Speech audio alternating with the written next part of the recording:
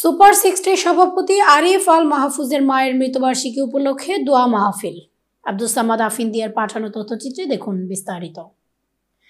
জামালগঞ্জের আঞ্চলিক মানবাধিকার সংগঠন সুপার 60 সভাপতি আরিফ আল মাহফুজের মায়ের প্রথম মৃত্যুবার্ষিকী উপলক্ষে সুপার 60 পক্ষ থেকে মরহুমার রুহের মাগফিরাত কামনায় কবর জিয়ারত ও দোয়া মাহফিল অনুষ্ঠিত হয়েছে।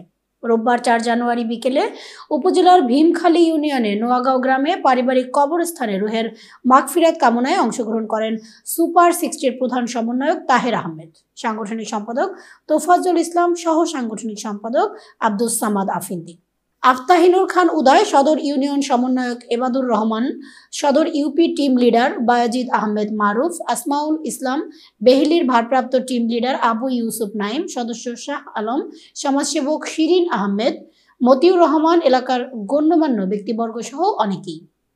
আলোকিত সকালের পরবর্তী সংবাদ পেতে পেজে লাইক দিয়ে সাথেই থাকুন। ধন্যবাদ।